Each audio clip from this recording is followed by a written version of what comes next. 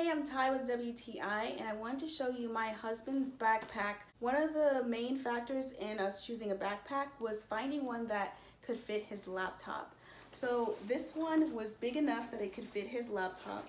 I want to show you what it looks like. So it has some padding all around, and I wanted one that had a lot of compartments in it because he does use this as his carry-on. So I like that it has this little clip here where you can hang your neck pillow on here, which is what we've done. I like that it has this secretive zipper back here in the back where you can put important papers in there or your most valuable items, since this is a part that's gonna be on your back. I like that it has so many different compartments, which it was another factor in us choosing this backpack.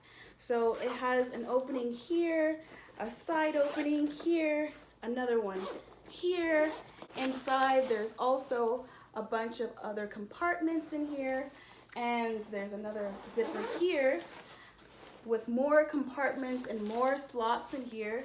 And then the part back here, which is where my husband has his laptop, there's a little Velcro strap here. So if you're looking for a good sized, comfortable backpack that holds a lot of things, I highly recommend that you give this one a try.